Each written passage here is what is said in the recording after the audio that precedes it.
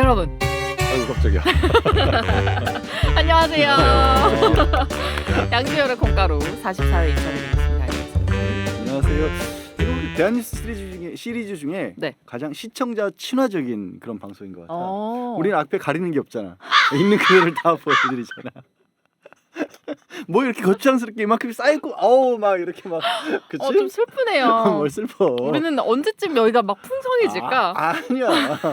훨씬 우리보다 더 우리의 모습을 많이 보여드리는 거잖아. 그러니까 우리의 모습을 보여드리다 못해 막 이제 찬바떼기 입고 아니 그러면 아니, 점점- 자 두 분은 어쨌든 뭐 보기라도 한 적 있잖아요. 나는 아예 그런 어떤 상황을 겪어본 적이 없어. 뭐 여기가 광고 이렇게 뭐 진짜요? 쌓여. 아니 두 분은 해보셨을 거 아니에요. 그쵸. 대한뉴스 엄청 빵빵하죠. 뭐 그렇지. 대물시네마도 뭐 최소 2개에서 4개까지도 막 있는데 지금 표정이 나한테 네가 그럴 내 필요는 탓이야? 아니 그러니까 내 탓이야 뭐야 이 얘기 왜 꺼냈어? 아니 야 근데 저 계절이 따뜻해지는데 너무 따뜻하게 입고 온 거 아니니? 그래 아까 아 이거 되게 얇은 거고 딱 보더니 깔깔이 뭔지 알아요? 알죠. 남자 눈엔 깔깔이, 여자 눈엔 잠바떼기. 아니 근데 깔깔이는 사실은 군대를 이제 안 갔다 온 사람들은 모를 깔깔이가 것이다. 뭔지를 잘 모르거든요. 전 집에 왜냐하면 깔깔이도 있어요 심지어. 왜냐하면 곰신 출신이어서 남자친구가 군대 제대하는 걸 다 기다려줬거든요. 왜냐하면 제가 저는 군대를 공익으로 갔다 와서 잘 몰라요. 그래서 약간 깔깔이에 대한 로망이 있으셔서 구매하셨구나. 그게 아니라 그냥 와이프가 사준 걸 입는 것뿐이에요 저는. 네. 잠깐만, 언니가 사주신 거라면 정정하겠습니다. 잠깐만 이게 예쁘네요. 그냥 보면 되게 앉아 있을 때는 되게 구릴 수 있는데 안 그래 안 이거 그래. 보세요. 이거 안 봐요. 그려, 예뻐, 괜찮아요. 예뻐. 이렇게 입고 있으면. 예뻐. 내 실수했어. 나는 풍성해 보이고 좋아. 예뻐. 잠바떼기. 그래 알았어. 얼굴도 작아 보이고 좋아. 몸 좋아 보이네요. 그러게 몸 좋아. 그러니까 내가 안 좋은 것들을 다 이렇게 반대로 하는 효과들이 있어요. 머리도 크고 몸도 안 좋은데. 아니 근데 왜 축구 유니폼을? 그러니까 전 할 말 없죠 뭐. 제가 이 옷을 지적할 자격이 없죠. 아니 이거는 내가 봤을 때 지금 집에서 입고 왔다고 생각하기는 좀 힘든 게 어디 탈옥을 했다가 그냥 집에 어디 남의 집에 걸려 있는 옷을 그냥 주워 입고 왔다고밖에는 생각할 수 없는 왜 축구 유니폼을 입고 앉았어? 아니 축구 아니고 영화 유니폼이야. 응? 그래요? 대물 시네마에서 입어야 될 거 아니야? 분노의 질주 사실 그거네. 잘 모르겠어요. 나도 보여줘야지. 짠. 저는 축구티를 입고 왔어요, 여러분. 이게 예쁘죠? 축구티가 요즘 아니라 유행하는 분노의 질주 거거든요. 그거네. 요즘 유행하는 건데 아무도 몰라. 이 유행도 모르는 사람들. 갑자기. 유행을 알면 이걸 입고 왔겠어요. 유행을 아는 사람이 깔깔이를 입고 다니나? 약간 저희 보면 네. 그런 것 같아. 그 패션 총체적인 난국 있잖아요. 지나치게 유행에 민감한 스타일과 완전 클래식. 양 변호사님은 진짜 클래식 그 잡채잖아요. 클래식 아니야. 아니에요? 나름 변형이 있는 거야. 그냥 마네킹이지 마네킹. 그런 말이 마네킹 아니라. 아니에요 마네킹? 그런 말이 아니라 뭔가 그래도 깔끔하게 계속 입으시잖아요. 과함 없이. 양복 그냥 수트, 무조건 양복. 수트 계열로. 그럼 나는 뭐야? 난 그지야? 나는 잠깐만 최첨단 클래식. 나는 뭐야? 근본이 없는 거지. 묵은본. 진 변호사님 왔다 갔다 하시더라고요. 저는 약간 왜냐하면 45회에서 요 벗을 거예요.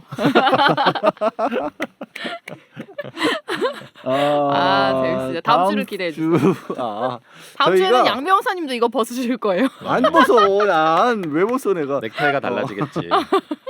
타이는 2개 챙겨왔어요. 근데 지난주에 더글로리 하고 네. 또 확실히 그 약발을 받긴 하더라. 평소보다 조금 더 많이 봐주시기도 그쵸. 하고. 저도 보자마자 보니까 만회 바로 넘어 있더라고요. 제가 봤을 땐 이거예요. 막 이렇게 넘기다가 더글로리 딱 눌렀는데 에이씨 이러고 가는 거야. 그런 사람들이 한 7천 명 정도가 유입이 되는 거야. 이게 그런 효과가 있어. 그럴 거면 우리가 2만 가까이 돼야지. 그건 아니야. 들어오셔서 아닌가? 진지하게들 봤어. 그 저는 나름대로 나쁘지 않았다고 느낍니다. 실제로 사람이라는 것 때문에.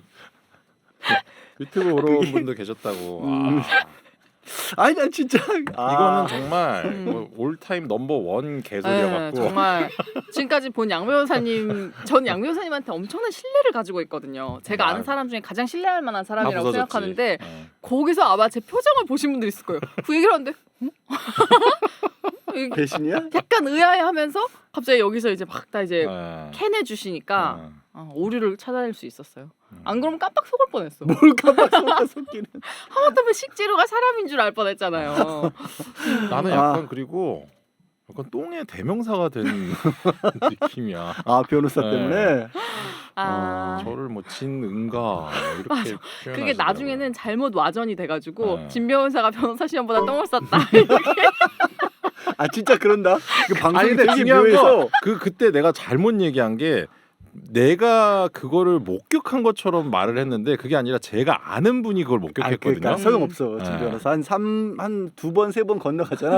야, 그 대한뉴스 나오는 진 변호사라고 있잖아. 시험보다 똥 쌌대. 이제 이렇게 아니 된다. 잠깐만 그러면 뭐 기적이나 뭐 변비약이라도 광고 들어오는 거 아니에요? 나 그거라도 들어오면 내가 그런 아니에요. 이미지를 그냥 야. 광고는 없이 집어써도 그냥 똥쟁이라는 별명만 나올 거예요. 아, 진은가. 야 그러면 내가 이거를 해갖고 얻는 거 하나 없이 이제 똥쟁이란 별명만 아 얻는 거네. 얻었네. 뭐 그것도 별명도. 여러분 지금 여러분은 식재료와 똥쟁이가 함께하는 유튜브를 이 함께 식재료가 시청하고 계십니다. 똥쟁이가 되는 거지. 왜냐면 사람이 된다고 사람이. 나중에 이제 나 어디 가서 사람 아니에요? 주세페 아르침볼도의 정원사라는 명작을 가지고 니들이 그렇게 이 말을 못 알아듣니? 이제 어디 가면 사람들이 그런 거 쓴다고요. 이제 저기 어디 가면 식재료하고 똥쟁이하고 겨드랑이하고 셋이 방송을 하고 있다. 저입니다, 여러분. 잘 오셨어요. 네, 잘하셨습니다. 오늘도 글로리를 한 번 더 울거 먹으려고 합니다. 이제 진 변호사가 아니, 실제로 한 번 더, 어. 두 번 더. 왜냐면 나는 이게 너무 좋아. 글로리? 에이씨 이거를 두 번은 더 해야 돼. 아 근데 할 얘기가 있어요. 실제로 그러니까 지난주에 우리 방송 시작하기 전에 우리 겨들송이 지난번에 다뤘던 가족 얘기를 정리를 하고 네. 그리고 나서 이제 새로운 가족 얘기를 하자. 그러니까 가족 얘기들 저희가 원래 시작이 뭐 이혼을 비롯한 가족과 관련된 부분을 주로 다루고 있잖아요. 네. 다뤄왔잖아요. 근데 콩가루 내 취지에 딱 맞는 게 더 글로리의 가족들이라서 생각해 보니까 다른 가족들도 다룰 게 많네요. 라고 해서 다루기로 했고요. 네. 그랬더니 우리 교도소장님 그러면 우리 시청자분들 위해서 지난주 다뤘던 가족들은 어떤 가족들인지 정리를 해주겠다라고 했죠. 네. 그렇게 근데 그렇게 저희가- 말만 하고 뭐 기억이 나야 말이지. 저희가 지난번에 첫 번째로 다룬 가족이 뭐였죠? 운동부터 했어요. 운동부터 문동은과 음. 문동은 엄마의 이야기를 아마 처음에 아. 다뤘었고 두 번째로 다룬 게 이제 그 해남 가족. 해남? 아니 현남. 강현남 씨의 어, 가족 어. 이야기고 그리고 세 번째로 예솔이 얘기를 조금 맞아요, 다루다 맞아요. 말았던 것 맞아요. 같아요. 누구네 가족부터 먼저 할 거야? 이제 지금 남은 생각을 가족을 많이 있대. 좀 해볼까요? 남은 가족이 뭐뭐 있을까요? 일단 이사란의 가족이 있고. 목사님네 네. 가족. 목사님과 그거 궁금했어. 이사란의 가족이 그 뭐지? 돈 횡령? 횡령하는 어. 방법 같은 거 막 나왔잖아요. 그런 얘기도 나왔었고. 그림 팔아서 하는 거. 그게 뭐냐면 그거랑 이따가 그거랑 네. 일단 그거 이따 다룰 거고 그다음에 또 예솔이네도 다루나요? 예솔이네는 사실 박연진네 가족도 다르죠. 박연진과 엄마. 박연진과 어머니 엄마. 이야기. 또 있고 그럼 예솔이- 주여정네 주여- 가족도 있고. 주혜정? 주여정네 아버지가 아버지 윤소희의 시신을 계속해서 아, 냉동해놨잖아요. 아. 그것도 가능한지도 좀 궁금하고. 그건 가족 얘기가 아니라 범죄와 관련된 얘기 해야 되는 거 아니야? 아니 저는 이 얘기를 할 마음이 없었는데 왜 그래요? 그러세요? 난 되게 주여정의 엄마와 음. 뭐 그런 난 되게 궁금한 게 많았거든요. 이 드라마에는 법적으로 이상한 게 너무 많아. 그리고 저기 박연진과 하도영 관계도 예솔이뿐만이 아니라 네. 과연 그 둘은 어떻게 이혼을 해야 되냐 아니면 뭐 그런 얘기도 그런 얘기도 좀 해볼 수 해야 있죠. 되고. 잠깐만요. 10회 가능하겠네요. 왜 진- 더 진별아. 글로리가 썩어 없어질 때까지 할 수 있을 것 같은데 이거는. 그래도 그건 우리 저기 가족분들을 위한 우리 예의가 아닐까 한다. 사골이야 사골. 아니 물론- 사골은요 어. 최소 한 달은 먹어야 돼요. 왜냐면 우리 어머니가 난 진짜 아직도 기억나는 게 우리 어머니가 진짜 독실한 기독교 신자시거든요. 그러면은 이제 어렸을 때 기도원을 가세요. 그럼 엄마가 곰국을 딱 끓이잖아. 기도원에 가시는구나. 진짜 2주 동안 맞아. 곰탕만 먹어야 돼. 진짜 맞아. 진짜로 먹다 보면은 약간 정신이 진짜 혼미해진다니까요. 매일같이 곰탕만 먹으면. 그래도 어디 가실 때 끓이시는 거잖아요. 그렇죠. 저희 어머니는 요리를 잘 못하세요. 음. 그래서 어디 안 가셔도 곰탕 많이 가셔서 곰탕 아니면 육개장. 카레 뭐 이런 거 있죠. 카레. 3분 카레 같은. 아니 이것들이 엄마가 소중하게 해준 음식을 갖고 무슨 아니 비난들이 많아. 나쁘다는 게 아니라 우리 엄마가 기도원에 가는구나라는 걸 그런 걸로 알 수 있었죠. 어린 마음에. 저 되게 불우한 시절 많이 보낸 게 재수 때도요. 무슨 이제 그 법대를 보낼 애들만 이렇게 모아서 사실은 무슨 소수 정예 이런 거긴 했는데 아무튼 거기를 들어갔는데 저희는 한 두세 명 정도를 모아놓고 밖에 못 나가요. 학원에서 수업 아침에 먹고 자고 하는 거예요. 그래서 학원에서 이제 기숙학교구나. 기숙 학원 같은 건데 근데 중요한 건 한 12명이 그렇고 나머지 한 500명은 이제 왔다 갔다 하는 애들이에요. 그러니까 우리는 거기에 이제 같이 있는 애들인데 우리는 이제 관리를 받는 애들이고 거기서 이제 저녁은 학원 그 구내 식당에서 먹어야 되거든요. 정말로 월요일 카레, 화요일 제육볶음, 수요일 하이라이스 이게 한 4개인가로 계속 돌리거든요. 그래서 한 2달 정도 지나잖아요. 진짜 카레를 보면 막 구역질이 나. 근데 안 먹을 수가 없어. 그치. 네. 나갈 수가 없으니까 우리는 그래서 그 아침에는 또 바로 앞에 있는 식당에서 한 6시쯤 가서 밥을 먹으래. 6시 일어나서 아무 입맛이 없는데 가잖아요. 그러면 그 식당 주인 아주머니가 이제 우리랑 그 학원이랑 계약을 체결하고 저희의 그런 사정을 알아요. 6시에 부대찌개를 해줘. 와 진짜 한 입도 못 먹겠어. 우리를 위한다고 부대찌개를 해주시는데 잘 먹으라고 해주시는데. 그래서 재수 때 살이 진짜 많이 빠졌었어요. 저는. 이 내용의 결말은 재수 때 살이 많이 빠진 많이 거예요? 빠졌다는 거죠. 이건 뭐 인간극장이니? 처음에 뭘로 시작했더라? 곰국으로 시작했다. 맞아. 이제 더글로리 가도 돼요? 안 돼. 갑시다. 자, 그럼 더글로리 첫 번째 저희가 얘기해볼 막장 가족 두 번째 시간이긴 하지만 앞에 좀 다뤘으니까 패스하고 어디부터 사실 가볼까요? 아니 예솔이네 집을 얘기를 더 해야 되는 게 예솔이 집 얘기를 해야지. 사실은 예솔이 같은 경우는 결국 만약에 이제 전재준의 아이 확실한 거잖아요. 거기 네. 나오는 걸 보면 그렇다면 이거는 뭐 명백한 이혼 사유가 되죠. 그리고 부정행위이기도 하고 사실은 뭐 예솔이뿐만 아니라 뭐 어떤 그런 뭐 살인을 저지르고 이런 것 때문에라도 이혼 사유가 되는데 이게 사실 뭐 이거는 뭐 너무 명백한 이혼 사유라서 이거에 대해서 특별히 얘기할 건 없는데 이런 경우가 있어요. 누구 이제 남녀가 이렇게 만나다가 여성분이 임신을 했어요. 그래갖고 오빠 우리 이제 어떻게 하냐. 이제 남자가 이제 책임을 지려고 그렇다면 우리 결혼을 하자. 이러고 나서 한 몇 년을 살았어. 근데 알고 보니까 내 애가 아닌 거야. 근데 와이프는 알고 있었어. 이런 경우에는 이게 이제 이혼을 해야 되는 것인지 아니면 혼인을 취소할 수 있는 것인지. 혼인 취소도 돼요? 혼인 취소라는 제도가 있어요. 언제까지 할 수? 혼인 기한이 취소도 어떻게 돼요? 있고 혼인 무효도 있어. 네. 기한이 어떻게 돼요? 혼인 취소는요. 자, 18세가 되지 않은 미성년자가 혼인한 경우 첫 번째. 그리고 미성년자나 피성년 의견처럼 혼인에 동의 필요한 자의 동의 없이 진행된 혼인. 그리고 근친혼. 근친혼 뭐냐면 뭐 누나랑 결혼하거나. 네. 결혼을 했다. 알고 보니 이내랑 사촌. 뭐 8촌인가 그렇게 정해져 있고. 그리고 중혼. 중혼은 뭐냐면 제가 결혼을 하고 또 결혼하는 거야.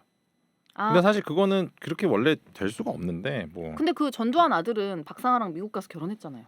그렇죠. 그러면 혼인 취소 사유가 되는 거죠. 그러면 두 번째 결혼을 취소할 수 있는데 이제 그게 미국에서의 결혼을 우리나라에서 법정에서 인정해 줄 거냐 이걸 가지고 좀 다툼이 있었는데 그래서 한번 우리 그 유명하신 분 바지 내릴 뻔한 같은 경우에는 미국 법원에서는 이혼이 됐는데 뭐라고요? 바지 내리실 그 누구지? 남으로 시작하는 배우 그 가수였는데. 나오나? 남진인 줄 알았어. 죄송합니다. 그분이 이제 남진님 깜짝 이혼 소송을 놀라셨겠다. 두 곳에서 했어. 그래서 미국에서는 받아들여졌는데 한국에서는 몇 년 뒤에야 받아들여졌어. 그래서 한국에서 이혼하기가 더 까다로워서 미국에서는 일단 거기는 뭐 파탄주의이기 때문에 우리 헤어질래요 하면 어쨌든 인정을 해주거든. 뭐 재산이 많이 나눌 수 있죠. 그래서 미국에서는 총각이었고 한국에서는 유부남이었어. 몇 년 동안. 신기하다. 전 사실 그 박상아 건도 있잖아요. 그렇게 미국 가서 결혼할 수 있다 이 얘기를 강용석 변호사가 해줬다는 거예요. 그래서 강용석의 조언을 듣고 미국 가서 결혼을 한 거래요.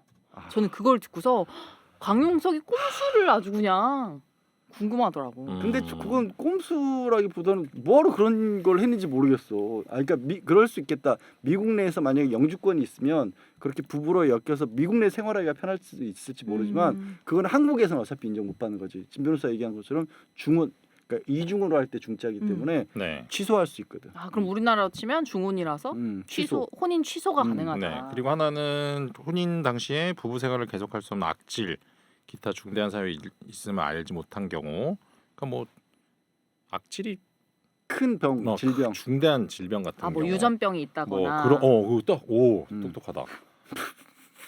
아니 진짜로 그냥 나는 이걸 보면서 하도 이제 책 본 지가 오래돼서 악질이 뭐지 이랬는데 딱 그런 유전병 같은 거 그런 경우는 사실은 내가 그걸 왜 하냐면 후대 여기 그 더글로리에도 나오잖아요. 최혜정 그 승무원 최혜정이 부잣집에 시집 가려고 자기 건강 증명서 떼서 가잖아. 부잣집들은 그런 걸 확인한대요. 얘가 얼마나 건강한지 우리의 대손을 이을 만큼 건강한지를 다 확인한다 하더라고요. 요거 오해하시면 안 되는 게 지금은 취소 사유를 들고 있는 겁니다. 그러니까 혼인을 하고 나서 혼인 생활 중에 병에 걸렸다고 이걸 이혼당하거나 취소당하는 건 아니에요. 그러니까 지금 딱 얘기를 잘했는데 그 얘처럼 얘 좀 봐라 병이 없다고 지금 건강진단서 떼었는데 유전병이 있었어? 그래서 아이를 못 낳아? 이러면 취소할 수도 있다라는 거예요. 그리고 마지막으로 제일 많이 논의가 되는 게 사기 또는 강박으로 혼인을 한 경우, 그러니까 속인 거야. 그래서 사실 강박은 쉽지 않아요. 강박은 뭐냐면 결혼 안 하면 죽여버릴 거야. 이래갖고 끌고 가서 결혼. 이거는 사실 진짜 있기 힘든 경우고 사기는 속이는 거. 그 건이네요. 그러면 낸시랭 씨 결혼한 거.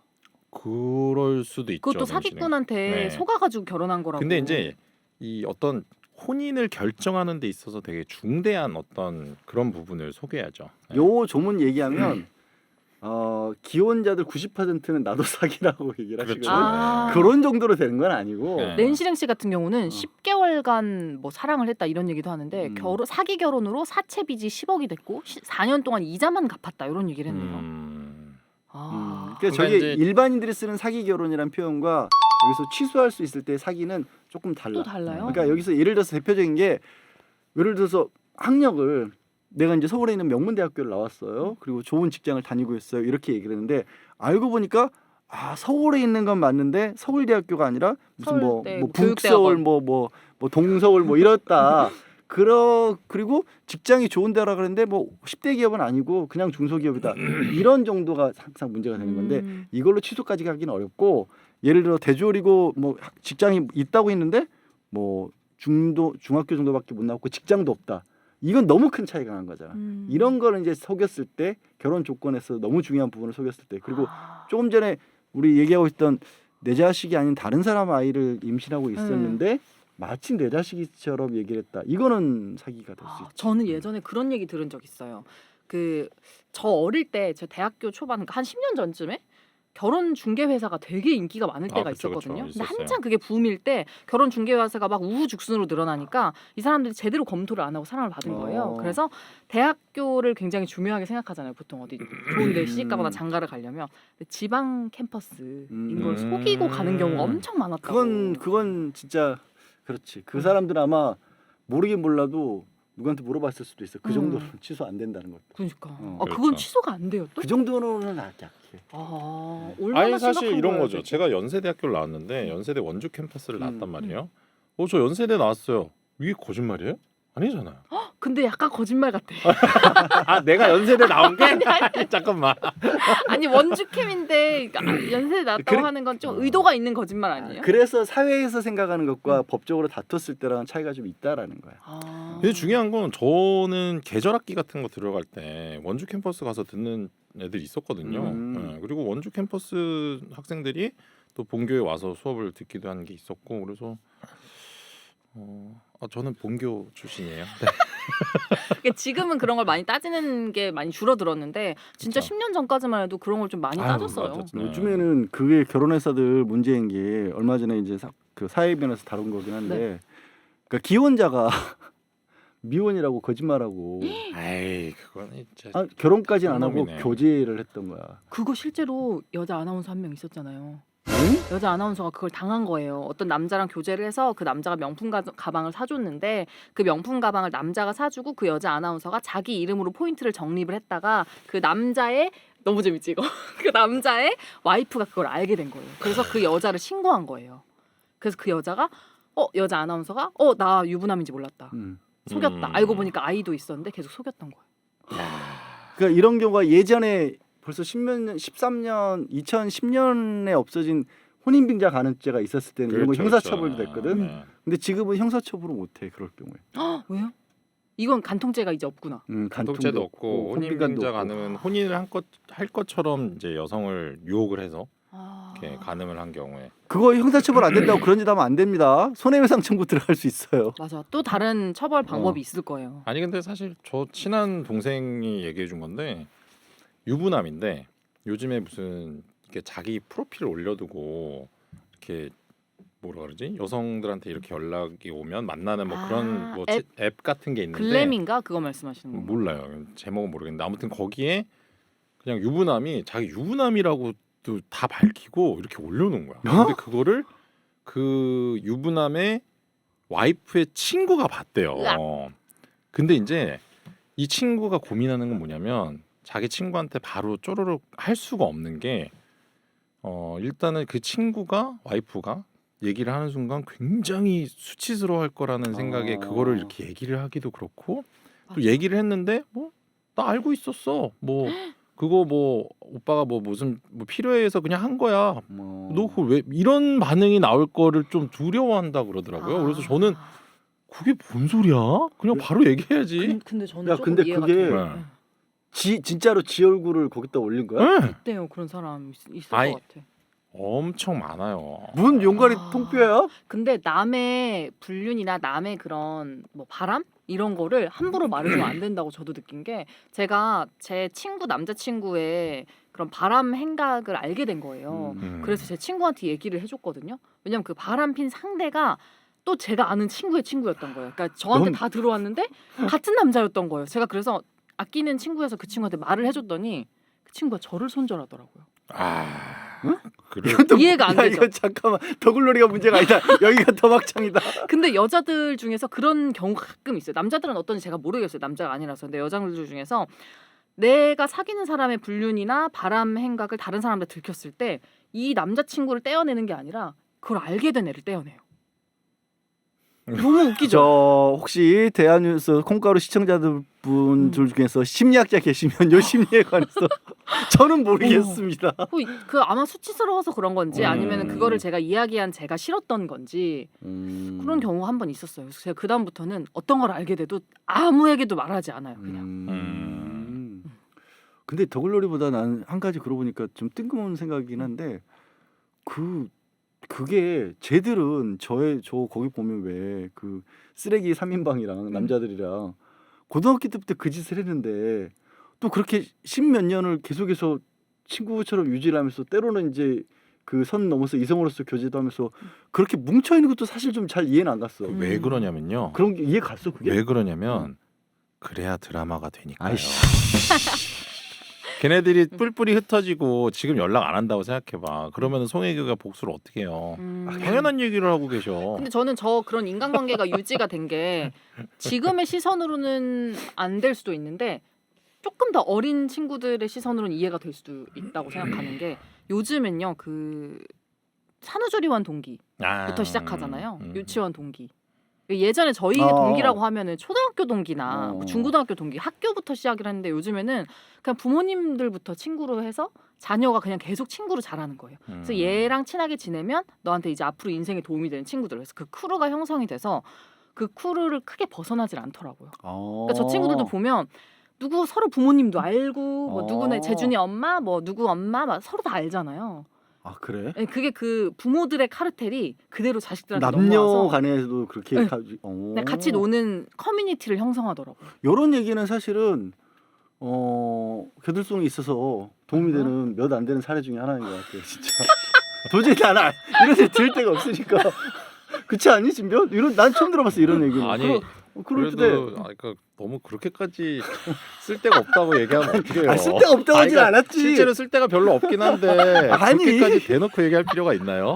이번에 알았어요. 그 사실을. 너무 신기하지 않나요, 여러분?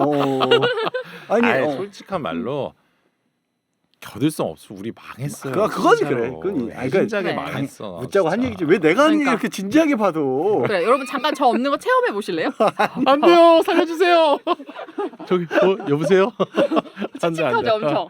그렇다니까. 안돼. 그죠, 그죠. 최악이야 최악. 아, 칙칙해요, 칙칙해. 그래서 얘기를 이어가자면 예솔이 문제로 인해서 만약에 결혼 전에 박연진이 딴 남자 전재준 나이라는 걸 알고 있으면서도 감추고 하도영이랑 결혼했으면 취소를 할 수 있다. 그러면 오. 취소를 하면 뭐가 달라지냐?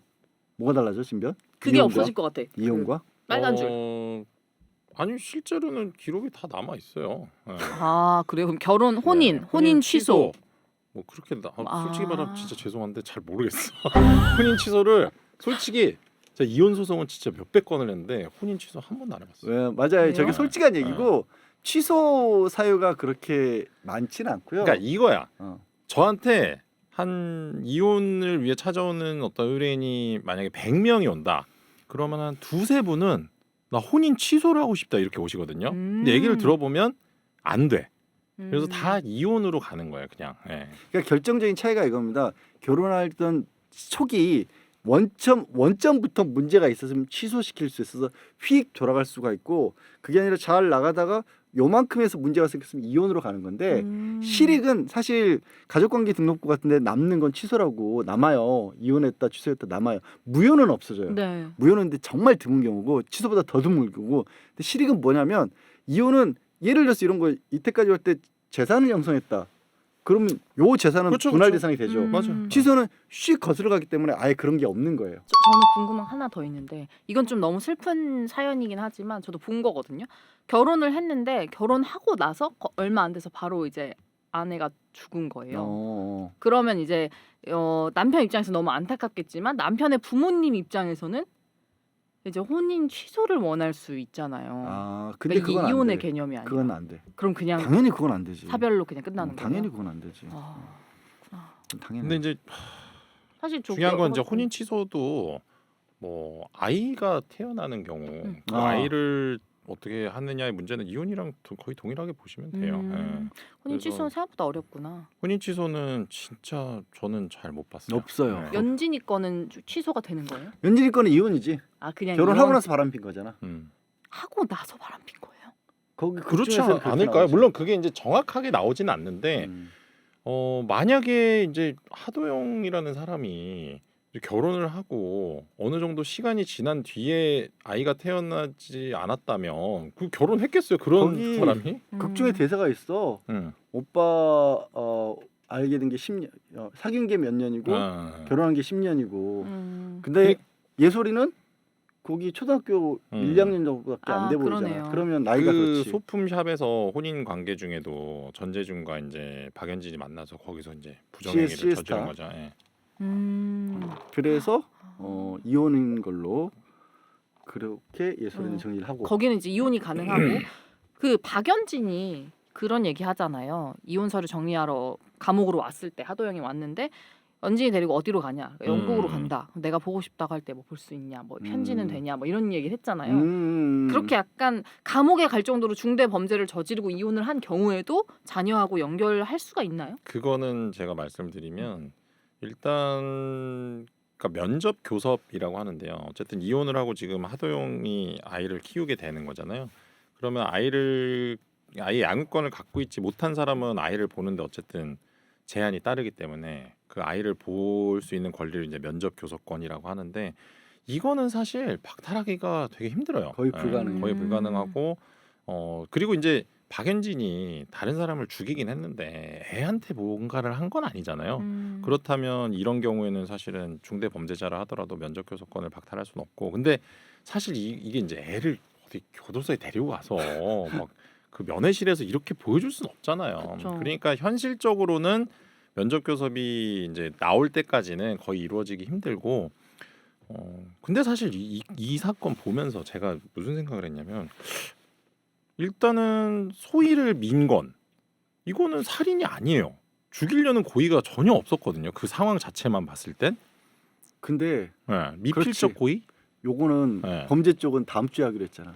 그렇구나. 그럼 여러분 소희 죽인 얘기는 다음 주에 다시 찾아뵙도록 네. 하겠습니다. 요 지금 진 변호사가 했던 얘기 중에서 이런 사례들이 이제 헷갈리시면 안 되는 게 가족 내에서 있었던 것과 그러니까 만약에 두 사람이 이혼을 하지 않은 상황이야. 이혼을 하지 않고 연진이가 살인까지는 아닌 걸로 과실치사 정도로 갔다고 해서 한 1년 정도 갔다가 들어왔어. 아니면 내지는 그냥 그래 이 사례처럼 살인죄는 빼고 바람 피워서 이혼하게 됐어. 그때 그러면 양육권을 만약에 두 사람이 다툰다 그러면 거기서 바람 피운 거는 양육권의 문제가 되지 않아. 그러니까 아이를 누가 잘 키울 수 있느냐만 보는 거지. 이 사람이 잘못해서 이혼당했어요. 이 사람이 배우자를 두고 부정행위를 해서 이혼했기 때문에 그래서 아이를 키울 수 없어. 이건 상관없어. 그러니까 부정행위 자체만으로는 고려하지 않고 만약에 이제 부정행위랑 이어진 이건 이제 부정행위와 별도 행위긴 한데 연관은 돼 있는 애를 밥도 안 먹이고 그냥 그 남자를 만나러 가고 뭐 며칠 방치하고 뭐 이랬다면 이제 어느 정도 될 수 있는데 그냥 부정행위만으로는 안 되죠. 그리고 그러니까 이혼 사유랑 이 양육권이랑은 또 별개로 따져진다. 자, 그래서 뭐 거기서 알 수 있는 이제 이혼과 관련된 얘기들을 좀 해봤고. 다음 너 왜 가족 진행하고 한번 앉았지? 좋은데요? 좋은데? 괜찮아요. 좋은데? 여기 너무 재밌겠다. 좋은데? 네가 사라네 집단. 이사라. 저는 사실 이사라 가지고 나는 무슨 얘기하고 싶었던 거야? 그러게, 딱히 가족 얘기는 별로 생각이 안 나요. 아니죠. 이제 마약과 관련돼서 이제 부모가 그 마약을 허용하는 것들이 나오잖아요. 눈 감아주는 것들. 눈 감아주는 정도가 아니라요. 거기서 이제 이사라의 엄마가 뭐라고 얘기를 하냐면 무슨 주사 선생님? 링건 아줌마 그 사람을 뭐 붙여줬는데도 제가 저러고 앉았네 막 이러잖아요. 사실은 이거는 이제 뭐 가족 제가 봤을 땐 그러니까 제가 한번 생각해봤어요. 만약에 내 자식이 마약에 중독이 됐어. 그러면 얘를 대체 진짜 어떻게 해야 될 것인지에 대한 진짜 심각한 고민을 할 수밖에 없을 것 그런 걸 같거든요. 고민을 했냐?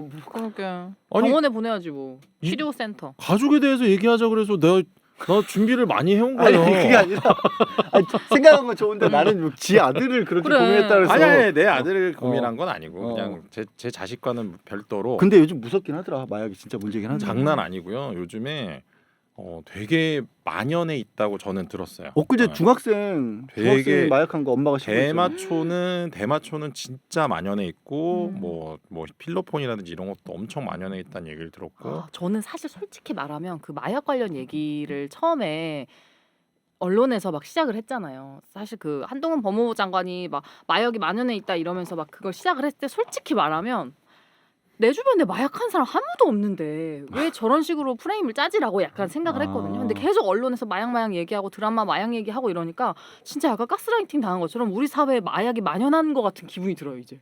근데 이게 그거는 어떤 게 맞는지 잘 모르겠어요. 어떤 프레임과 별도로 사실은 주변에 마약하는 사람이 없다고 생각하는데 마약하는 사람이 이제 겨들송이 알 정도면 그거는 이미 그 사람은 그렇구나. 알 수가 거구나. 없어요. 진짜로 그거는 사실은 우리가 알고 있는 진짜로 내 주변에 누군가가 대마초를 하고 있을 수 있고 마약을 하고 있을 수 있어요. 근데 그냥 우리는 알 수 없는 것뿐이에요. 근데 티가 좀 난다던데.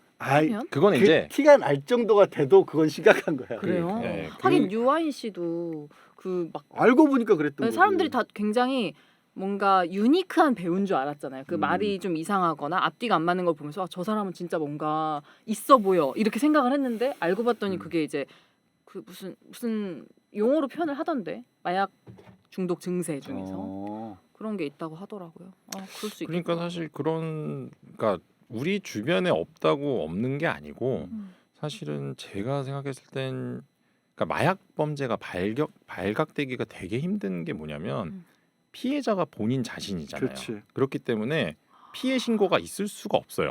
그러면 그냥 방 안에서 혼자 마약을 하고 그냥 뭐 다시 깨고 이 사람도 그랬잖아. 다 그런 것들이에요. 그러니까 알 수가 없고 어떻게 잡히냐면 그냥 이제 경찰들이 뭐 그런 함정 수사 같은 걸 하는 거죠. 마약 좀 팔아라. 그러면 걔를 잡아.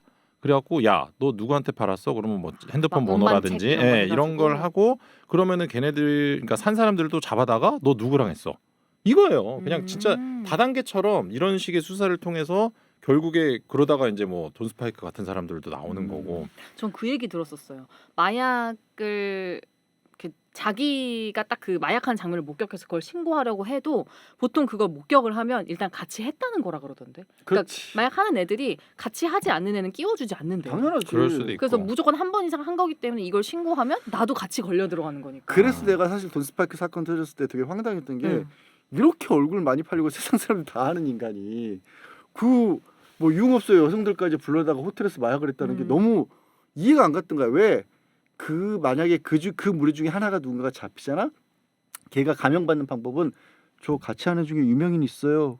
그러면 그래? 걔만 불어. 그럼 넌 봐줄게. 잘 봐줄게. 이렇게 그게 거의 마약수사에서는 어쩔 수 없이 해야 되는 거야. 근데 왜 남을 그 고발한 걸로 감형이 돼요?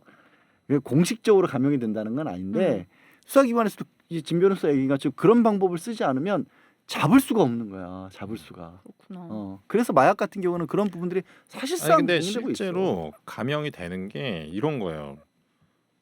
판 사람을 잡을 수 있게 도와주면 검사가 재판부에 어떤 의견서를 냅니다. 수사에 협조. 이 사람이 이러이러한 방식으로 수사에 협조했기 때문에 수사에 이거를 협조. 양형에 고려해 주십시오라고 써요. 음. 그러면 당연히 형량이 내려갈 수밖에 없는 거고. 사실은 뭐 돈 스파이크 같은 사람들이 저는 이제 뭐 그런 일은 발생하지 않지만 그런 유명인들은 또 그러니까 마약과 관련돼서 또 범죄가 발생할 수 있는 게 협박을 당해요. 같이 마약을 한 사람에게 야, 네가 마약한 사실 그럴 수 있거든요. 네가 마약한 사실 나 그냥 폭로하겠다고. 나도 죽고 너도 죽자. 그러면서 돈을 요구하는 경우도 분명히 생길 수 있고요. 그렇겠네. 유명인 같은 경우는. 네. 그럼 사실 돈 스파이크 입장에서 그런 협박을 당했어요. 그렇죠. 일단은 지금 당장 얘를 무마하기 위해서 돈을 주지 막아야지. 경찰에다가 얘가 나 마약했다고 지금 협박하는데요라고 신고할 수가 없어요. 맞아. 그러니까 그런 것에서 또 범죄가 발생할 수 있는 신기하네. 거죠. 그 가수 남태현 씨랑 전에 사귀었던 여자친구분이 하트 시그널이라는 프로그램에 나왔던 여성 출연자였는데 그분이 약간 뭐 술에 취했는지 뭐에 취했는지 자기는 SNS에다가 글을 올린 거예요. 뭐 남태현 뭐 어디 서랍에 열면 주사기가 있다 이런 식으로 이야기를 올린 거예요. 그래서 수사에 들어갔는데 알고 봤더니 그 여성분도 같이 한 걸로 그렇죠. 나왔다고 하거든요. 그러니까 제정신 아니니까 SNS 에 올렸구나. 네, 그랬겠죠. 이번에 무슨 전두환 씨 손자도 전우원 씨. 완전 제정신 아닌 것 같은데. 그래서 이사라로 돌아가서 이사라 부모님 맞아. 대해서 하고 싶었던 얘기가 뭐야? 아까 그- 고민했다 그랬잖아. 그래도 자식이. 만약에 그렇게 이사라가 마약으로 그렇게 중독이 됐으면 그 책임이 부모한테도 있다고 보시는 거예요? 아니면 법적으로 뭘 책임을 이렇게 물 수가 따져요. 있어요? 그냥 더글로리 한 해 더 하려고 그런 건데. 그러면 한 김에 이사라 가족에서 그것도 해주세요. 아니 농담이고 음. 사실은 이거는 뭐냐면 제가 봤을 때 어머니는 공범이에요. 공범. 마약. 예. 당연히 공범이죠. 공모를 해서 딸이 마약을 투약하게 도운 거죠. 투약 행위 자체는 딸만 했는데 그거는 사실 둘이 공모한 거예요. 범죄 은닉 정도가 아니라? 아니 범죄 은닉. 재밌는데 아니죠. 두 변호사의 의견이 갈리고 있습니다. 지금 여러분. 혹시 거기서 그 링거 아줌마에 대해서 착각하고 있는 거 아니야, 진 변호사가? 마약 투약 도와준 거 아니야. 그럼 뭐예요? 그 사람들 그 불법적으로 집집마다 찾아다니면서 링거 같은 거 놔주는 뭐 예를 들어서 뭐 간호사 출신이나 이렇게 해서 집에서 약 맞는 사람들이 있어. 치료를 다른데 소문 안 나게. 그런 막 아줌마들을 부잣집 보면은 집으로 와가지고 놔주는 사람. 그거였어요? 마약을 설마 그 아줌마를 동원한 거? 그건 아니야. 아 그게 아니었구나. 저는 그걸 보면서 그 미술 학원이 막 나오는데 거기서 막 뭘 막고 학생들도 막 뭘 막고 있고 엄마가 이제 이사라가 이제 그 마약하고 남자들하고 막 이렇게 자고 있는데 와서 막 그런 걸 보고 그리고 이제 자기가 선생님까지 구해줬다 이러길래 저는 그걸로 착각을 했네요. 아이고 여기서 그만하시죠. 더글로리 가정 얘기는. 제가 뭔가 잘못 알고 있었네요. 아니 그거는 그런 거야. 내가 봤을 때 그게 맞는 거 같아. 근데 방조한 건 맞는 것 같아요. 방조. 어쨌든 방에 딱 들어가서 이사라가 마약을 하고 널브러져 있는 모습을 봤잖아요. 아니 그거는 방조까지는 아니죠. 그래요? 근데 마약을 그렇게- 구해줘야지. 예. 구해주지 않은 방조는 아니에요? 그러니까 여러 가지 방조는 뭐야? 도와줄 방자에 도울 조 아니에요? 뭐야? 옆에서 도와준다는 얘긴데. 방조. 근데 범죄가 용이하게 하기 위해서 도움을 그치. 준다는 거야. 뭐 돈을 뭐 약 필요해? 이 돈 가지고 가 뭐 했다든가 어디 가면 알 수 있다더라 뭐 이런 거지. 그거는 이런 거예요. 내가 누구를 죽인다고 하는데 칼 좀 빌려줘 그랬을 때 그래 칼 가져가. 욕하기 그게 잘 들어. 방조구나. 네, 네. 이거는 그냥 아까 말씀하신 은님 뭐라고? 아니야 이거는 그냥 엄마라서 이게 봐줄 수 죄를 있는 것 묻기 같아요. 힘들다.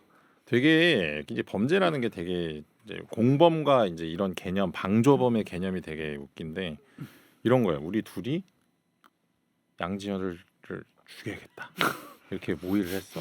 그래갖고 어떻게 죽이지? 일단은 내가 칼을 갖고 있으니까 네가 가서 확 찔러 죽여. 그래서 찔렀어요. 그러면 본인이 행위한 거고 나는 칼을 준 건데 우리가 살인 교사. 아니지. 우리가 아니에요? 같이 합의를 하고 실행은 겨들송이 한 거니까 이러면 둘이 똑같은 공범이에요. 그냥 실행 행위자일 뿐이고 근데 이런 거지. 겨들송 가서 죽일 마음이 하나도 없었어. 근데 내가 가서 5천만 원 줄 테니까 양지열 죽이고 와. 그리고 칼을 줬어. 가서 죽였어. 그러면 나는 살인 교사, 살인 정범. 대가를 네. 주면. 근데 이런 거야. 대가가 아니라 대가가 없더라도 원래 생각이 없었는데 네. 네가 내가- 죽일 마음이 없었는데 시켰을 때 네. 근데 혼자서 양지열을 죽일 마음이 있었는데 칼이 없어갖고 나한테 와서 나 칼만 빌렸어. 누구 죽일 건데 칼 좀 빌려달라고 그래. 그래? 가서 시원하게 죽이고 와. 그리고 이렇게 칼을 주면 이거는 이제 살인의 방조. 뭘 또 그냥 죽이지 시원하게 죽이니. 이게 참 되게 미묘한 차인데 어렵네요. 어려워. 근데 그게 다 형량도 다르고 음. 그 같이 모의를 했을 경우에는 아까 말했던 것처럼 똑같이. 공범인데 응. 이건 아예 공동 정범이라 그래서 음. 공범 중에서도 사실상 한 사람이 한 것을 똑같이 보는 거야. 아. 시킨 공범이 있고 도와준 공범이 있고 같이 네. 한 공범이 있고 다 달라. 마지막으로 이제 또 가족의 얘기는 주여정 씨 가족에 대해서 조금 얘기를 해보면 주여정. 네. 주여정 주여정 씨 씨 가족은 가족의- 사실은 어떤 문제가 있죠? 모르겠어요. 저.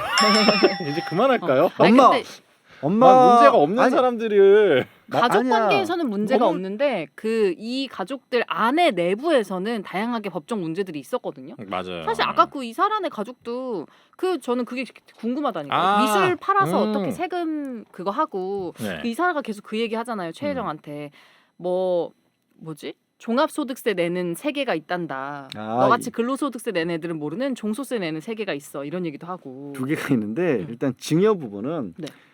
내가 아빠야. 네가 이제 거기서 딸이야. 내가 너한테 증여할 수 있는 게 미성년자일 때 증여할 수 있는 게 우리 돈으로 2천만 원인가 그럴 그 거야. 정도예요, 네. 그걸 넘어서면 세금을 증여세를 내야 돼. 네.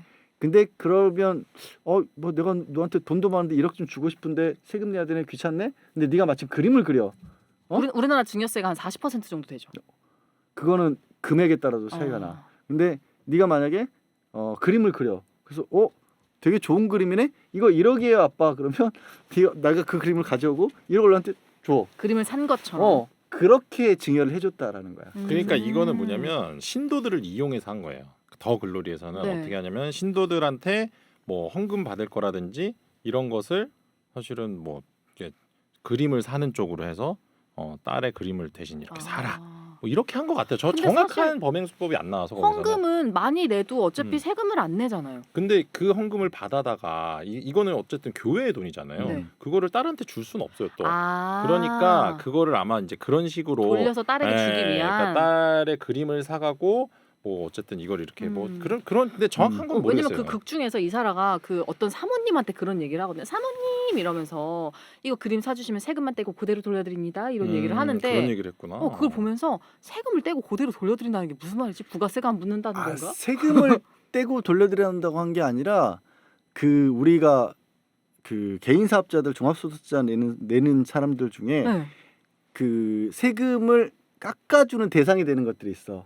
그 중에 예술품 같은 거에 맞아요. 쓴 돈은 그 세금을 예술품 값만큼 깎아줘. 내가 그 좋은 미술이나 예술을 진작하기 위해서 내가 그림을 내야 될 세금이 뭐 예를 들어 소득이 뭐 그냥 가정입니다. 세법은 사실 진 변호사나 저희도 잘 몰라요. 그건 당연한데 왜 당연하다고 하냐면 세법 쪽은 분야가 특수 분야라서 일반 변호사들이 다룰 수가 없어요. 근데 내가 그림을 비싼 돈을 사잖아. 내가 벌어들인 수익에서 그 그림 값만큼을 빼. 나머지로 세금을 매기는 거야. 그래서 사실은 그림을 사지만 이게 판 화가 입장에서 돈을 받는 거고 내 입장에서는 세금을 좀 감면받을 수 있는 기회가 되는 거야. 전 잘 모르다 보니까 그걸 보고서 그런 건 줄 알았어요. 그 그림을 사고 나서 돈을 돌려준다고 하길래 돈 세탁의 방법으로 그림을 이용하나 보다. 뭐 그런 개념도 있었던 것 같아요. 제가 봤을 때는. 네. 저 작가가 진짜 천재 같네. 그런 그림 얘기는 왜 거기 들어왔냐면 최근에 그러니까 좀 부유층에서 그림을 이용한 뭐 절세라든가 네. 아니면 그림을 이용한 뭐 비자금 거래 이런 걸 한다라는 얘기들이 좀 있었어. 그러고 보니까 그림을 이용한 잘난 척. 그림을 이용한 절세가 아니라 그림을 이용한 자연적으로 이용하시는 건가요? 돈은 안 돼. 그림을 이용한 잘난 척. 돈은 안 돼. 돈은 안 돼.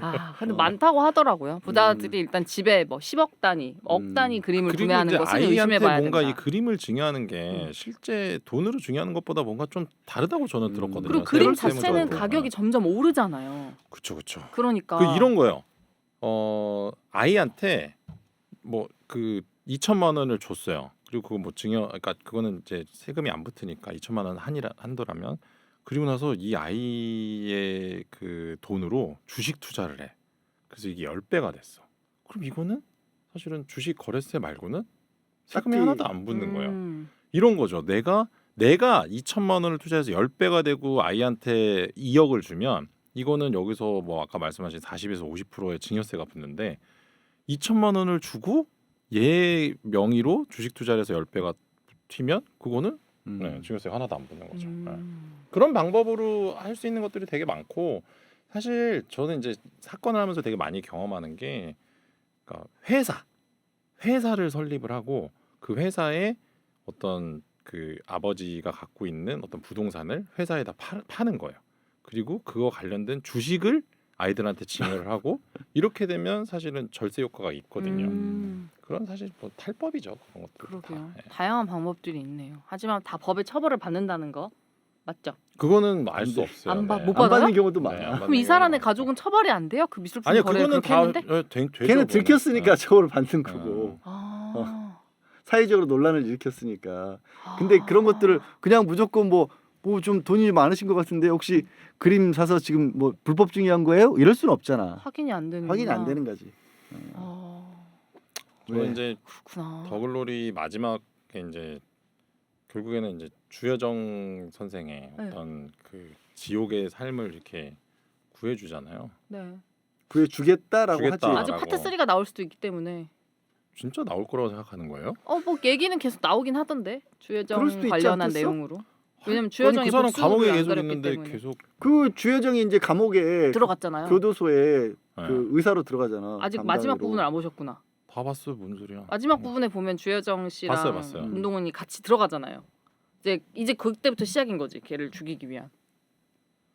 안 만들어질 것 같아. 네. 나도. 죽이는 거 너무 쉬워. 네. 만들어지면 좋겠네요. 아니 왜냐하면 연진이나 이런 애들은 너무 어려웠잖아요. 근데 걔는 교도소에 너무, 같이 너무 쉬운데 너무 쉬운데 그렇네. 아 그래요? 어. 너무 쉬워서 한 내가 만들 수도 있을 것 같아. 한 30분짜리로 막 괴롭히고 막 친절한 바늘로 금자 씨처럼. 찌르고 막 그러다가 그냥 친절한 금자 씨를 그대로 하면 되겠네. 그렇네. 그러니까 그거는 안 나올 것 같고. 그 주여정네 가족을 보면 윤소희 시신을 냉동시켜가지고 몇십 년을 보관을 하잖아요. 그거는 법적으로 걸리지 않나요? 진짜 잘 모르겠어요. 그거는. 네, 그 부분은 사실 그 경찰들도 이게 무슨 법이야? 이게 그치. 뭐야? 막 이런 건 이렇게 어디서 얘기하는데 담당해? 이렇게 물어보더라고요. 네, 중요한 건 저희도 각 행위가 어떤 관련법에 위반되는지 여부를 보려면요 법을 샅샅이 다 찾아봐야 되고 이 행위에 적용되는 법은 도대체 뭔지. 그러니까 너무 뻔한 거 말고 그런 것들은 사실은 제가 최근에 형사 고소 대리를 했는데 그 법이 새로 생긴 걸 제가 몰랐어요. 그러니까 채권자가 채무자한테 돈을 받는데 그거를 좀 공정하게 받아라. 그래서 무슨 채권 추심의 공정화를 위한 법률인가 뭐 그런 게 있더라고요. 그렇게 생겼어? 그게 뭐냐면 돈을 받기 위해서 그 채무자의 집에 밤늦게 찾아가면 안 된다. 뭐 이런 법률이 있더라고요. 그건 있어. 네. 그건 꽤 됐는데? 방금 얘기할 땐 약간 모르는 듯한 말투였는데. 아니 지금 그 내용 꽤 돼. 아니 근데 이게 진 변호사가 말한 게 사실 대한민국에 지금 법령이 몇 개나 될 것 같으세요? 저 이제 늘 가면 이제 그 보통 그 교양 가게 같은 거 가면 그거부터 물어보거든. 맞아. 지금 몇 개나 될 것 같아? 대한민국의 법령이? 전혀 감도 안 오는데. 그냥 한번 찍어봐. 아, 10,000개? 세다. 아, 하여튼 그래요? 지금 한 5,500개 가량 있어요. 그러니까 변호사들이 참 드라마 같은 데 보면 왜 뭐 우영우 이런 데 보면 다 외우잖아. 무슨 얘기하면 다다다다 외잖아. 몇조 뭐몇당 그게 얼마나 변호사들을 변호사한테 고마운 건지 알아? 사람들이 그런 착각들 하는 거지.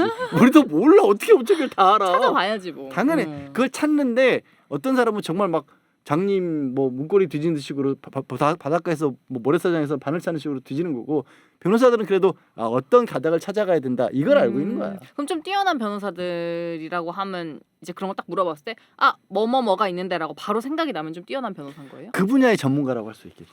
전문가이기도 하고 뭐 좀 경험해본 사건일 수도 있고요. 그건 대법관이라고 해도 다 몰라. 몰라요. 수밖에 없어. 그거는. 어쨌든 일반인보다는 잘 알 테니까. 그렇지. 이제 그래서 사실 포털 사이트 네이버 같은 데 나오는 답변을 보고 이 보통 그냥 법에 관해서 잘 모르시는 분들이 그것만 보고 따라가면 위험한 게 각자 상황이 되게 비슷해 보이지만 적용되는 게 완전히 다른 경우들이 생각보다 많거든. 네.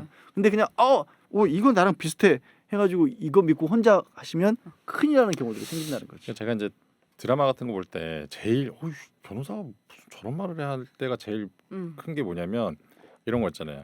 뭐 사기죄에 대해서 얘기할 때 사기죄 뭐 형법 몇 조 뭐 하면은 맞아. 징역 10년 이하에 뭐 뭘 처할 수 있다, 뭐 벌금 얼마에 천다 뭐 이런 얘기를 변호사가 하는데 절대 그렇게 얘기 안 하거든요. 그리고 알지도 못해. 거기 벌금이 얼마인지도 모르고. 근데 이제 그런 걸 딱 보면은 이거는 변호사가 감수를 안 했구나. 작가가 공부를 좀 네. 덜했구나. 그런 얘기 생각이 들죠. 근데 이제 일반인들이 봤을 땐 그걸 딱 쓰면은 이거는 변호사지 막 이러면서 내가 작가여도 이거는 변호사지 이러면서 썼을 것 같아. 그럼 고맙다니까. 네. 사실 그런 착각을 하기 때문에 근데 문제는 그런 착각을 하는 거를 이용해 먹는 또 질환 좋은 변호사들도 있어요. 아까 얘기했던 것처럼 10년 이하 징역이라고 딱 돼 있잖아. 그럼 모르는 사람 입장에서는 10년? 엄청난데? 이게 1개월부터 10년이라는 뜻이거든. 10년, 10년 이하니까 최대 10년이라는 거죠. 근데 법전에도 분명히 그렇게 쓰여 있거든. 그러니까 큰일 났습니다. 그럼 믿는 분들이 계셨다. 그러니까 약간 겁주려고 그러는 거 중요한 같아요. 건 10년 이하 이러면 최대 10년이라고 이하가 해야지. 규정된 건 괜찮은데 이상이 규정된 게 있어요. 그건 맛이 가는 거야. 5년 이상. 최소 5년인 거구나. 그리고 존속 사례 같은 경우는 7년. 7년 이상. 그러니까 최한이 7년인 거예요. 그러면 이제 존속 사례 같은 존속 사례는 근데 그거보다 더 받아야죠. 그렇긴 하죠. 그거는 맞는데 7년에서 기본형이 7년에서 30년이고 가중하면 50년까지 가는 거예요. 근데 생각해봐요. 이석재 같은 사람을 딸이 만약에 진짜 그 어떤 폭력에 못 이겨서 살해했다고 한번 생각해볼까요? 그러면 사실 그런 경우에 이 딸을 그건 참작해줘야 될 것 같아. 그러니까요. 그럼 되게 복잡한 케이스들이 많이 있어요. 일률적으로 생각하시면 안 돼요. 그런 걸로 이제 대중적으로 가장 뭐 딸은 아니지만 뮤지컬 시카고 영화로도 만들었던 거기서는 이제 아내가 남편을 죽이잖아. 근데 정당방위로 인정됐잖아. 그런 경우가 대한민국에서는 불가능하죠. 사실 이번에 더글로리에서 강현남 씨도 이석재를 그렇게 죽인 거잖아요. 어쨌든. 죽이고 싶어 했지. 근데 이 경우는 다음 주에도 자세하게 얘기했지만 과연 이걸 살인 책임을 물을 수 있으냐 이런 부분 그런 거 따져보고 재밌겠다. 왜냐면 2명을 건넜으니까. 윤소희를 죽인 거냐. 3회 더 할 수 있다니까. 3회 더 그럼 합시다. 다음 편에 저희가 강현남과 이석재 그 살인 관계, 그다음에 윤소희를 과연 정말 죽인 것인가? 그리고 이렇게 뭐 예를 들어서 이름표를 가지고 명찰을 가지고 정말로 그 증거가 살인죄 되는지 입증이 가능한가? 그런 거 얘기하면 되겠네. 뭐 더글로리의 내용도 내용인데 제가 증거와 관련된 이제 법적인 되게 진짜 좀 중요한 부분들을 좀 망라해 드리려고 되게 준비를 많이 했어요. 또 궁금한 이따가 다음 편에 말씀드리겠지만 그 박연진이 손명호 죽일 때 술병 쓰잖아요. 그렇죠. 그런 것도 전 좀 궁금했거든요. 왜냐면 그거 자기가 그냥 손으로 이렇게 닦는다고 그게 닦이는 거야. 되죠. 그래요. 네. 다음 주에 이런 궁금증들 한번 풀어보도록 하겠습니다. 네. 사실 더글로리가 그림을 제가 2개를 할 줄 알고 2개만 골라와서 반가운 얘기를 미리 하자면 다음 주에 나 골라놓은 그림 없다. 이번 주 그림으로 마무리 하겠습니다. 이거 너무 무서워. 꿈에 나올 것 같아서 못 쳐다보겠어. 잠깐만 그게 왜 반갑죠? 근데 얘가 깔게 생겨서? 근데 이거 그림 너무 무서워서 꿈에 나올 것 같아요. 그렇죠. 오늘 골라온 그림은 제임스 앙소르의 가면이라는 그림이에요. 저기 보면 이제 화가가 가운데 있는 제임스 앙소르고 주변에 있는 감독들이 버글버글하죠. 너무 이 화가의 그림으로 되게 많은 사람들이 알고 있는 그림이 있어요. 뭐예요? 올드보이에 최민식이 갇혀 있을 때 그 방에 그림이 하나 그려졌죠. 저 그림이구나. 슬퍼하는 남자라는 거기에 보면 웃어라 뭐 이상해. 세상이 따라서 웃을 것이고 울면 뭐 어떻게 될 것이다 그거 그 그림이 제임스 앙소르의 그림이거든요. 제가 이 마스크 가면을 고른 이유는 더 글로리 보면 사람들이 그 겉으로 드러나 있는 모습들의 이면이 정말 무서운 모습들이 네. 많잖아요. 그러니까 뭐 평범해 보이는 기상캐스터인데 알고 봤더니 뭐 학폭전과자에. 항공사 뭐 스튜어디스였는데 알고 봤더니 그리고 사실 뭐 전대준만 해도 그 리조트 부자. 운영하고 있는 부자 네. 그냥 도련님처럼 보였겠지만 정말 지도 인정하는 쓰레기고 뭐 이런 것들 있잖아. 사람들의 여러 가지 이면들 사실 우리는 다들 가면 속에 살고 있는 게 아닌가. 그 가면이 어떨 때는 좋은 가면일 수도 있고 또 가면 뒤의 모습이 더 나은 모습일 수도 있지만 사실 우리는 그런 진실을 마주하기가 생각보다 어려울 수도 있겠다. 네.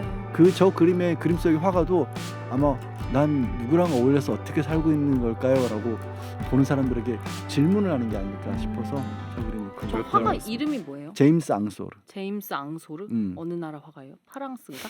뭔가 프랑스?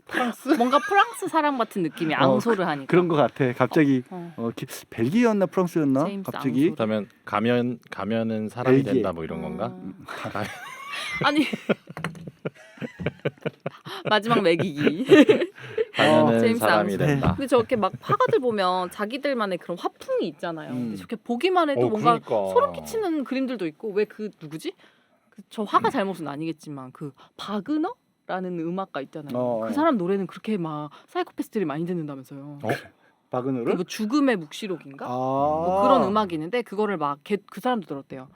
낫지. 이렇게. 바그너는 히틀러. 히틀러도 그걸 지금 들었대요. 말한 것처럼 그런 이유로 많이 듣는 게 아니라 바그너를 히틀러가 일종의 그 나치 치하에서 사람들을 이렇게 선전선동. 선전선동용으로 많이 썼어. 그래서 바그너가 그런 식으로 많이 쓰이면서 바그너 음악을 상영할 때 나중에는 이제 2차 대전이 끝나고 나서는 유대인들이 또 지금으로 치면 이렇게 보이콧을 하면서 티켓을 다 사버려서 아무도 안 들어가는 그런 좀 대박이다. 불행을 겪기도 했던 음악가기도 하고 바그너 잘못이 아닌데 사실. 화가들 그림도 사실 이제 그 일부 그림들에 대해서는 나치에서 자신들의 게르만 민족의 우월성을 증명해주는 진취적인 그림이라고 떠받들었던 그림이 있는가 하면 또 우리가 흔히 알고 있는 좀 예쁜 그림들 있잖아. 이걸 또 퇴폐 미학으로 벌어서 다 없애버리기도 했었어. 그러니까 예술이 나치에서 굉장히 고생을 많이 했지. 그런 화가들도 있어요. 어떻게 이런 걸 다 알지? 대박이다. 전 이런 바그너는 사실 우리에 협의된 게 아니잖아요.